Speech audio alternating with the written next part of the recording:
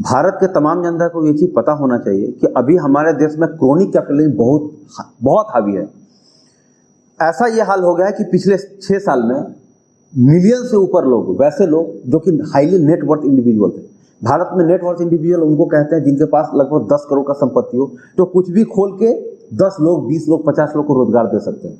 भारत में बड़े तादाद में हाई नेटवर्थ इंडिविजुअल भारत छोड़ के जा रहे हैं। वो इसलिए जा रहे हैं क्योंकि उनको ऐसा लग रहा है कि इस देश में उनके पास फ्यूचर नहीं है।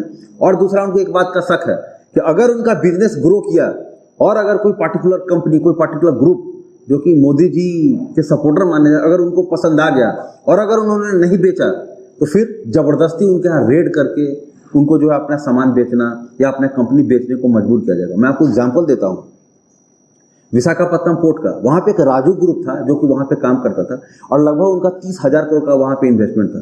गौतम अडानी, आप जानते हैं, देश के लगभग सभी मैक्सिमम पोर्ट्स उनके पास हैं। वो चाह रहे थे कि ये पोर्ट भी इनको मिले। राजू ने मना कर दिया। गंगावरम पोर्ट का मैं बात कर रहा हूँ। और आप जानते हैं उनके मना करने के कुछ ही महीनों में उनके यहाँ रेड पड़ा, CBI का रेड पड़ा, ED का रेड पड़ा और बाद में जो है जाके उनको बेचना पड़ गया अपना जो स्टेक है। उसी तरीके से जो मुंबई एयरपोर्ट है वो पहले GVK ग्रुप के पास था। बॉम्बे, कोई भी आदमी अपना बॉम्बे एयरपोर्ट का टेंडर क्यों किसी को देना चाहेगा, लेकिन उसके यहाँ भी रेट्स पड़े और आखिरकार उन्होंने भी अपना टेंडर वहां पे छोड़ दिया। कहने का ये मतलब है कि इस देश में जहां पे इस तरीके से व्यापारी डरेंगे कि हम कोई भी काम नहीं कर सकते हैं क्योंकि अगर हम उसको बेचे नहीं तो हमारे यहाँ पे रेट्स पड़ जाएंगे, हम कुछ नहीं कर पाएंगे।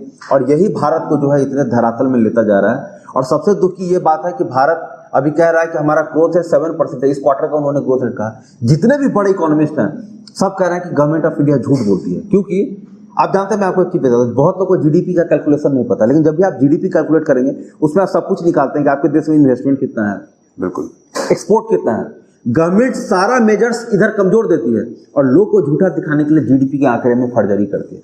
इसीलिए मैं यही चाहता हूं कि जब भी हमारी गवर्नमेंट बनेगी, जब राहुल गांधी भारत के प्राइम मिनिस्टर होंगे, हम लोग बहुत सारी वैसे चीजें लाएंगे जिससे कि छोटे छोटे लोग को रोजगार मिले, क्रेडिट सिस्टम बने। जैसे चाइना में अलीबाबा ग्रुप ने आके इस तरीके से कर दिया और इतने आसान लोग सब कम टाइम में लोग को लोन देना शुरू किया कि लोग 2-2 लाख, 3-3 लाख, 4-4 लाख रुपया में जो छोटे छोटे करके, और उसने एक बहुत बड़ा क्रांति लाया जो अलीबाबा ग्रुप है। हम भी चाहते हैं कि हम भी अपने देश में कई सारी चीजें लाएं ताकि लोगों के पास पैसा हो और जो भारत का जो सपना है कि 2047 तक भारत एक डेवलप्ड कंट्री बने जिसके लिए $12,000 पर कैपिटा इनकम चाहिए, हम उसको लाने के लिए जो भी चीज हो सकता है हमारे पास टोटल प्लान है। हम उस प्लान को इम्प्लीमेंट करके हम उसे करेंगे और इंडिया की इकोनॉमी को एक वाइब्रेंट इकोनॉमी बनाएंगे।